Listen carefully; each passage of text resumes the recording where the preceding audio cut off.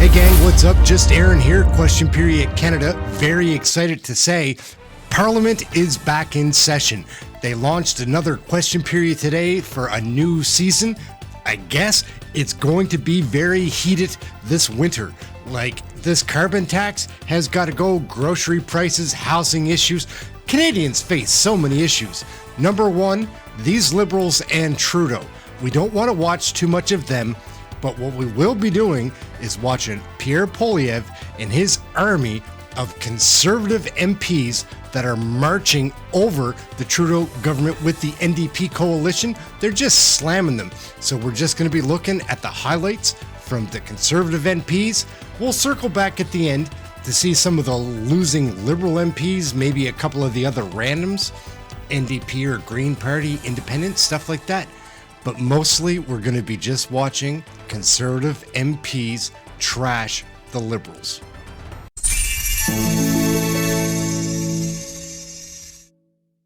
Minister back from his $80,000 vacation, which he got for free. He said, like most Canadians, friends welcomed him for that vacation. He took two, not one, but two private jets paid for by the taxpayer, burning 100 tons of greenhouse gases into the atmosphere.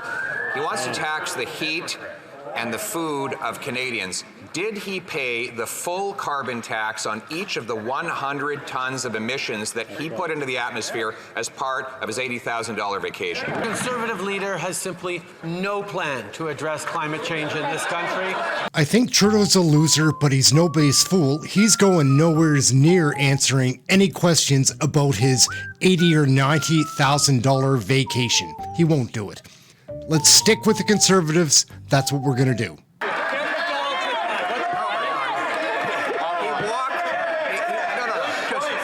This one is just too easy. He walked into it. He had to muzzle a member from Newfoundland who called for an end to his leadership, joining another senator who did the same, because they understand that their constituents are literally starving and unable to heat their homes because the Prime Minister is quadrupling the carbon tax, doubling housing costs, and giving the worst inflation in 40 years. Why won't he listen to, instead of intimidating, his member for Newfoundland and put his leadership up to a review for...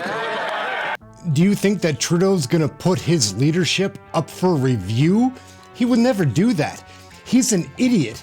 But he's not stupid. He has good advisors or something. And he just seems to be like Teflon, gets away with it. He won't be going up for review, though, I don't think. Just one last piece to get out of the way before we really try to focus on the Conservatives. It's Jagmeet and Mr. Speaker Greg Fergus. They're both back, and some things never change. The city of Edmonton had to declare a housing and homeless emergency while the Conservatives are laughing about homeless people and a housing crisis. Toronto also had to declare one as well. Again, you'll hear the Conservatives laughing because they have no concern for people who are struggling with housing or homeless. And this Liberal government doesn't care either. They have been in power for 9 years and they don't get it. The Prime Minister doesn't get it. The Liberal Minister for Edmonton doesn't get it. And the 24 Liberal MPs in Toronto don't get it. Why does this government wait until things are at a breaking point before acting?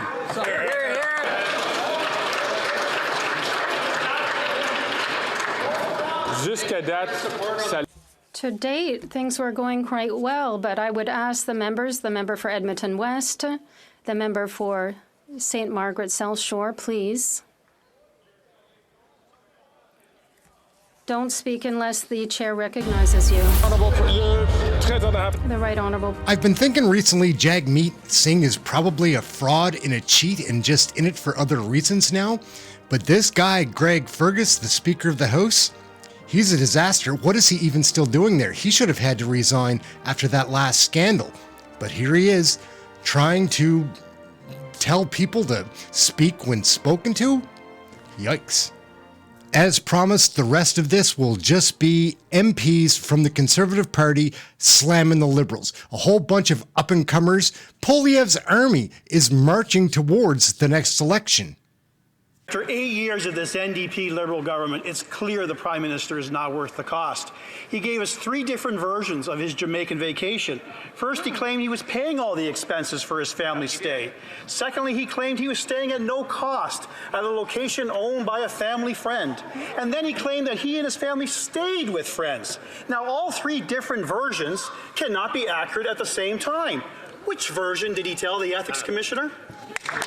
For 8 years, senior public servants have spoken out about lies and abusive process in the Arrive scam scandal. We've now learned that shortly after their critical whistleblowing testimony, these senior public servants were put on leave without pay. They were told they were under investigation less than 3 weeks after their testimony, and they were suspended before the investigation had even concluded.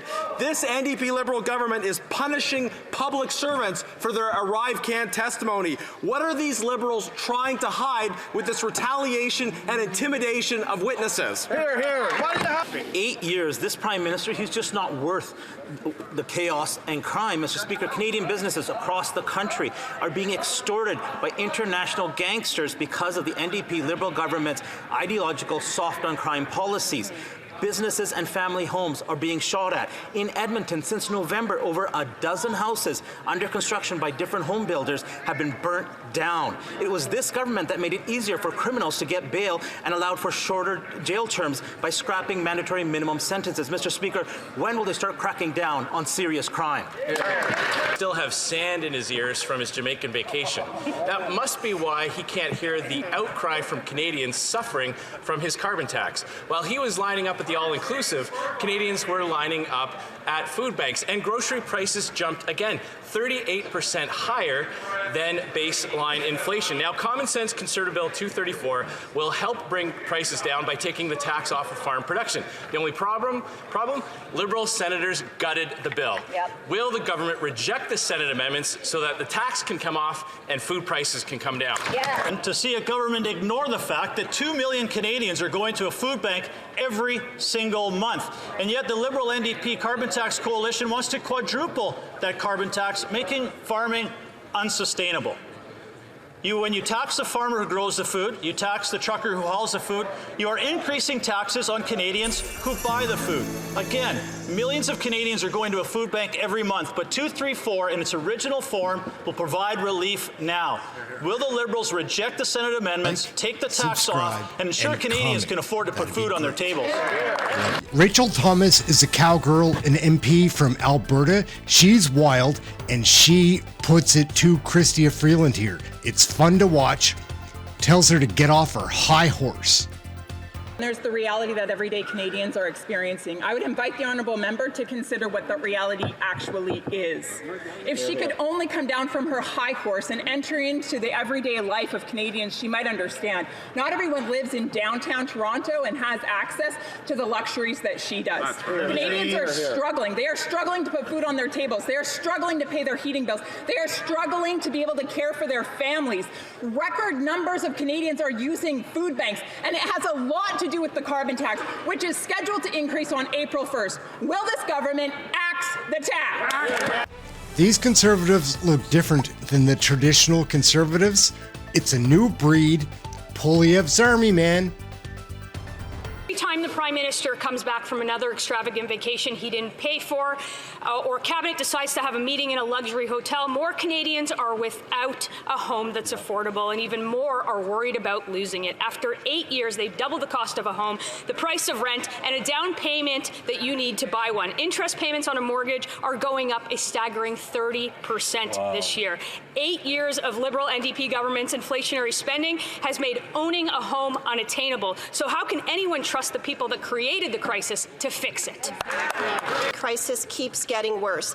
Canada saw over 17,000 less housing starts in 2023 than in 2022. And the average asking rent in British Columbia is now $2,500 a month. Working class people are living in their cars in parking lots. And their own housing agency even said that there is no plan to build the number of houses that Canadians need here in this country. This Prime Minister is just not worth the cost. When will the Prime Minister have a plan to build houses, not bureaucracy? The Honourable Minister. First, we're going to cut the amount of Liberal seats in this House and replace them with a common-sense Conservative government. And let me give some free non-consultant advice. Why don't they cut woke policies like and axe the carbon tax to bring down the cost of gas, groceries, and home heating, and pass Bill C-234 for our farmers? Why don't they cut the $20 billion this Prime Minister gives to Liberal consultants to cover up the incompetency by his own cabinet? After 8 years, we all know this Prime Minister is not worth the cost. When will the Liberals fix the budget to bring down inflation and interest rates already? All right, guys, this is the plan. We're going to do one quick flash of Poilievre and then a montage of the Liberal crap answers that they give. You can tell that they're just not being straight with themselves or Canadians or anybody. It's hard to watch, but we've left that to the end. And we are going to show Poilievre right quick, but this is a montage of the problems that Trudeau has in his cabinet, Trudeau being number one. Gas emissions are driving up grocery prices. He put 100 tons of those emissions in the atmosphere for his personal vacation. This is high tax, high flying, high carbon hypocrisy. Yep. Meanwhile, Canadians in Edmonton were facing minus 50-degree temperatures on which they were paying carbon taxes just to heat their homes and stay alive. Given that he gives himself a free vacation at other people's expense, will he at least allow Canadians to heat their homes without his tax? All right, guys, Canadians need to see this stuff. It's the Liberal cabinet, what I think is just lying to Canadians.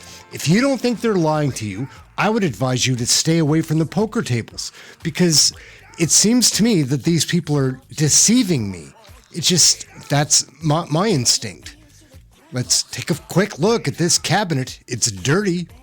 Mad at my colleague for his question, but being a farmer, I fully understand how important environmental plan is for the government. I'm sorry, but his party does not have an environmental plan. We as a government do have an environmental plan. And with that environmental plan, for example, Mr. Speaker, we're able to invest $1.5 billion into farmers and ranchers across this country to make sure they stay on the cutting edge.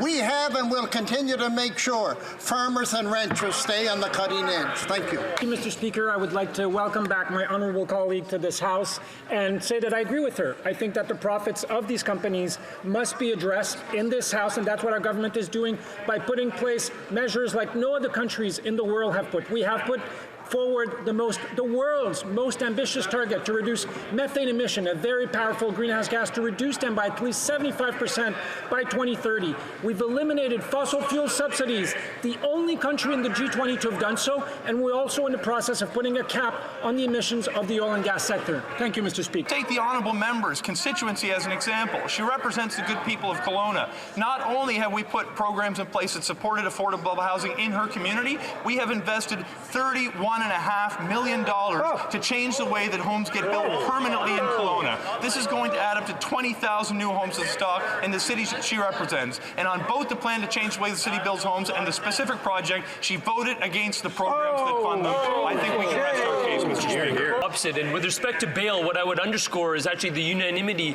with which this House spoke on amending the bail provisions so that we could keep communities safe. That was a sign of success in terms of what parliamentarians, when we cooperate on community safety, can achieve. What we continue to do is to keep crime and addressing crime as the topmost priority of our government. That means keeping communities safe. That means protecting victims. We will continue to do that with respect to various issues that are facing Canadians, including auto theft with the summit, which is coming up in a few short days. You know, Mr. Speaker, earlier today the Conservatives were talking about hypocrisy, and that is a subject they know a lot about. They are particularly hypocritical when it comes to talking about supporting working families and the most vulnerable. Since we formed government, 2.3 million Canadians have been lifted out of poverty. The poverty rate in Canada has been cut in half. And you know what they want to do next? They want to take carbon price rebate checks out of the bank accounts of Canadian families. That's $1,000 in Ontario, more than $1,000 in Alberta, Saskatchewan. That will hurt Canadians. The leader likes to talk about the challenges Canadians are facing facing on the cost of living, but he refuses to take action in support of them. He chose to delay the passage of Bill C-59, which is also hurting his own caucus. That's right. Does the member for Battleford's Lloydminster now suddenly oppose maternity leave for adoptive parents? Surely the member for Cumberland Colchester won't back down on his advocacy to remove the GST on therapy and counseling services. While the Conservative leader is muzzling his own caucus and putting himself first, we'll keep putting Canadians. Did he just flip his hair? I think he did. Congratulations, Karina, on your new baby. I'm glad you hatched a healthy alien baby. Unfortunately, your replacement, Steve McKinnon, might be worse than you. He's awful. We'll take a quick peek, then we're going to wrap up the video. Mr. Speaker, the Prime Minister and his family took a Christmas vacation. Before the trip, the Office of the Ethics Commissioner was consulted on the details to ensure the rules were followed. The Prime Minister and his family then proceeded with the trip, and all the rules were followed, Mr. Speaker. I just don't like the feeling like that somebody's lying to me. Like, I don't understand it. I don't lie to people. My name's Aaron. Thank you for watching. These are the highlights. We're going to do something like this. Please let me know in the comments what you'd like to see. We can change up the format. I think this is fun, but we're open to trying whatever the people want to see. That's it. My name's Aaron. Question Period Canada, having fun with Canadian politics. These have been the highlights, and we'll be back tomorrow with our live question period. We do that earlier than this, but we'll be making these highlights too. So make sure that you do like and subscribe. It does help. It just does. Thanks for watching. We'll catch you tomorrow. Try to have something healthy to eat and try to stay warm. It's cold tonight here in Nova Scotia.